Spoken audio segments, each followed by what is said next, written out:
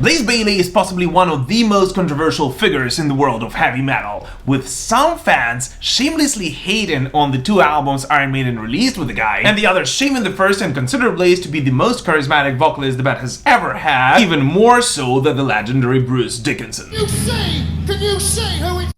And so first of all, let's take a look at who was Blaze Bayley before joining Iron Maiden, why Steve Harris and the team chose Blaze among all others, and then hopefully answer the question of whether the perception of the two albums Iron Maiden released during the 90s with Blaze would have changed if the band would go with another vocalist. Here you go.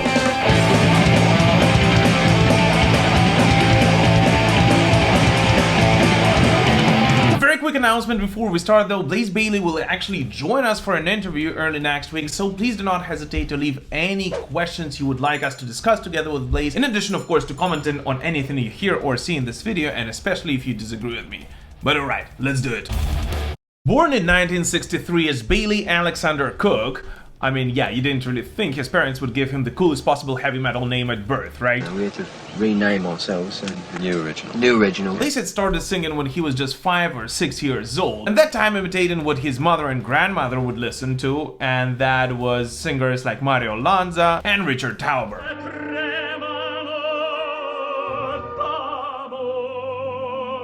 By the late 70s, when he was just 15 years old, Bayley actually knew already that he wants to become a professional singer. And given the fact that he was born in Birmingham, the birthplace of heavy metal, I guess the style of music he was singing was out of the question.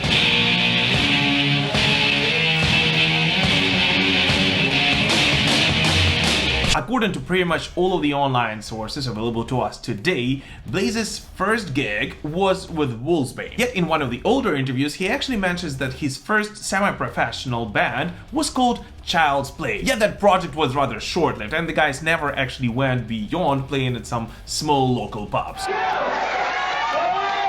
And so in 1984, together with his old-time friends, guitarist Jace Edwards, bassist Jave Hadley, and the drummer John Buckingham, Blaze forms a band called Wolfsbane, and that's when everything starts to change for him.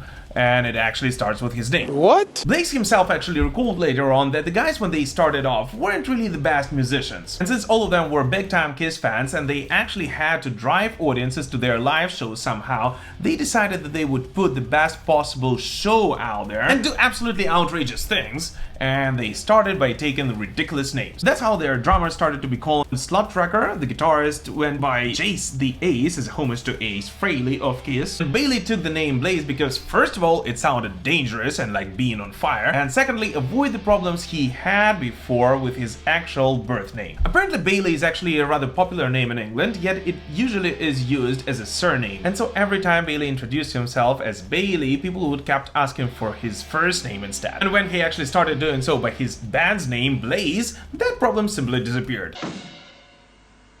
Yes! And so that's how Bailey Alexander Cook became Blaze Bayley.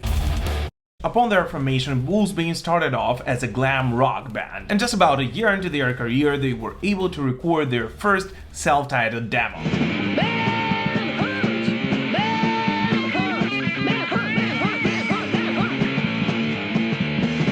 By 1987, they recruited a new drummer and started leaning towards a heavier sound, releasing 2 more demo tapes, including Wasted by Dangerous, which would actually change their lives forever.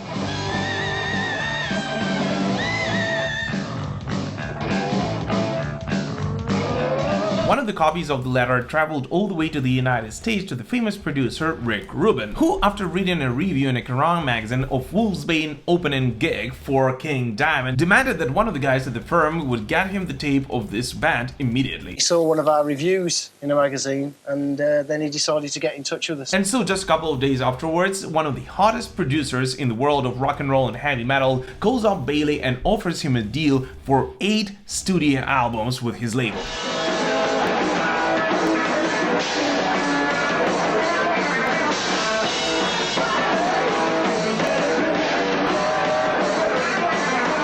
By 1989, Wolfsbane released their debut record, which, even though it didn't become a breakthrough for them, was received rather well by both old and new fans. And just a year later, he actually meets a guy called Bruce Dickinson for the very first time, since Bruce actually came out to see Wolfsbane perform in New York. Black like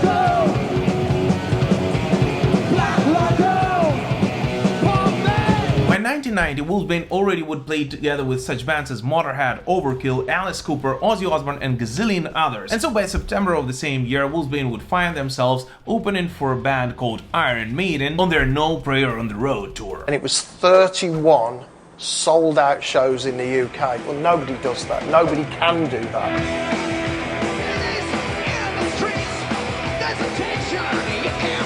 Everyone, including Blaze, Steve, and even Bruce, would later on recall that the guys would really get along on the road and would simply have a lot of fun touring and drinking together. The best support tour I ever did. I didn't want to go home, you know, I was nearly crying. And yet that tour would not only bring the two bands together as close friends, it would also become somewhat prophetic for both Bruce and Blaze's career. On the 18th of October 1990, the guys would perform at Hammersmith Odeon in London. When Iron Maiden were performing Bring Your Daughter to the Slaughter, which at that time was performed during an encore right after Number of the Beast, Bruce Dickinson actually got Blaze up on stage, introduced him, and handed him over the mic to sing the song for a while he was jumping around the stage. This is Mr. Blaze Bayley of the band Wolfsbane. Bruce, I'd just like to say, we're not there looking at you. And I guess neither of those guys could have possibly imagined that just 4 years later, Blaze would actually take up Bruce's spot at Iron Maiden. In 1993, Bruce Dickinson announces his departure from Iron Maiden, and so the band, for the very first time ever actually, starts their search for a new vocalist. Oh no, the guys of course had lineup changes before that, but here's the thing. In 1981, when Diana was fired from Iron Maiden, Steve Harris and Rod Smallwood would already have settled on Bruce Dickinson as the next vocalist. In 1982, Nico McBrain was the only drummer who was auditioning as a replacement for Clive Burr. And exactly the same thing happened to Iron Maiden just 3 years before that, when Adrian Smith left the band, as Yannick Garris was the only guitarist the band has considered as a replacement for Adrian. Yet this time everything was different, and the guys actually held auditions and had to listen to hundreds of tapes which were sent over to Iron Maiden's head office. I actually wonder how many of the guys who sent over the tapes to Iron Maiden sent exactly the same copy of a tape to Judas Priest, who were in search for their new vocalist at around the same time.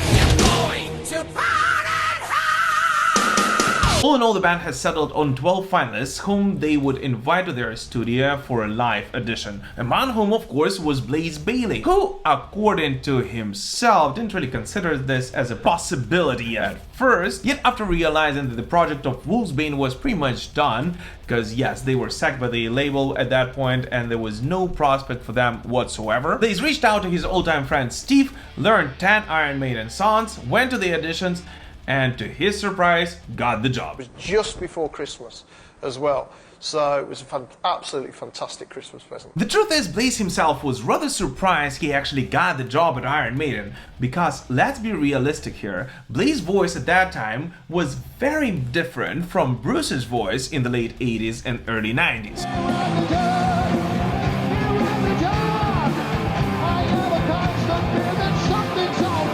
Funniest thing is actually that Bruce's voice today actually sounds a lot like Blaze's voice back then. Yet Steve Harris and the crew decided to go with Blaze as their next vocalist. And here comes the main question of this episode. Why? Did Steve Harris, Dave Murray, and anyone else not understand that Blaze's voice is very different from Bruce's? I believe they did. That actually might be exactly why they chose Blaze in the first place. Being the legendary vocalist he is, Bruce Dickinson is of course a very important person for any Iron Maiden fan, and thus any future Iron Maiden vocalist at that point would not only be compared but also measured against Bruce.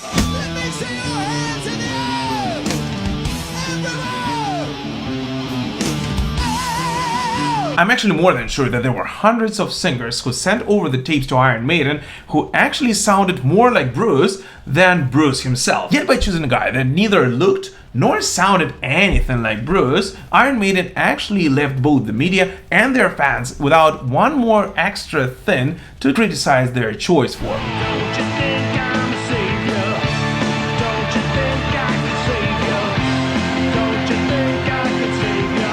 And that actually might have been the best possible decision the band could have taken at that time. The only thing I personally do not 100% understand is why didn't Iron Maiden change the key of some of their songs when they played them live to better fit Blaze's voice.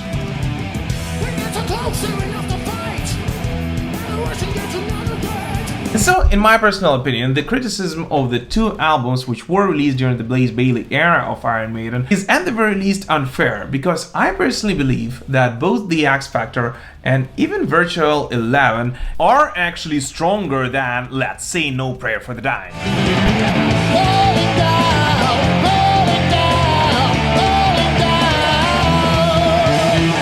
They were of course released during the time of the major changes for both Iron Maiden and heavy metal itself, and the deviation from the classic Iron Maiden sound is of course very obvious. But would those albums actually be much better received by Iron Maiden fans if the band would have chosen a different vocalist? And did Iron Maiden actually choose a wrong guy for that job in the 90s?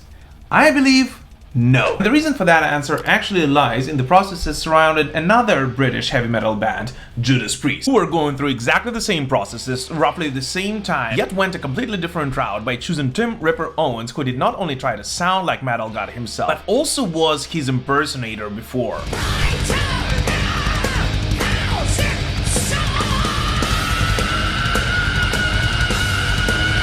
And I'd actually say that the deviation from the classic Judas Priest sound on the two albums released with Tim Ripper Owens is roughly the same as the deviation from the classic Iron Maiden sound on the X Factor and Virtual 11. And the fact that the two bands chose completely different types of vocalists to replace their legendary singers did not actually change the fans' perception of the albums released during that period. Exactly. And the actual reason for that reception is that in their search for the updated heavy metal sound and trying to get the grip they unfortunately lost in the early 90s, both Iron Maiden and Judas Priest tried way too hard, as seen by some of their fans, to go out of their way and give what they thought their fans wanted. The X Factor, is it a new start for Maiden? Yeah, it's a different thing, you know, it's a different kind of feeling on the album and stuff. It's a very strong album. I feel it's the strongest album we've done for a long time. And so here's the thing, I personally believe that even if Bruce Dickinson and Rob Halford would have stayed in their respective bands during that period of time, the albums those bands would have released would be perceived in exactly the same manner. And once again, just to be on the same page, I actually love both the X Factor and Virtual 11, and so in my personal opinion, if anything, Iron Maiden now has a scapegoat to blame for unsuccessful sales during that time, which also allowed for a triumphant return to the Olymp in the early 2000s. But anyways, what do you guys personally think about Iron Maiden's choice to go with Blaze Bayley back in the 90s, and about Blaze Bayley as a vocalist during his time in Wolfsbane and in Iron Maiden? Please let me know in the comments. And just as a reminder, Blaze will actually join us for an interview in just a couple of days, so please do not hesitate to leave any comments and questions you would like us to discuss together with Blaze. As always, thank you so much for watching this video, guys, and keep rocking.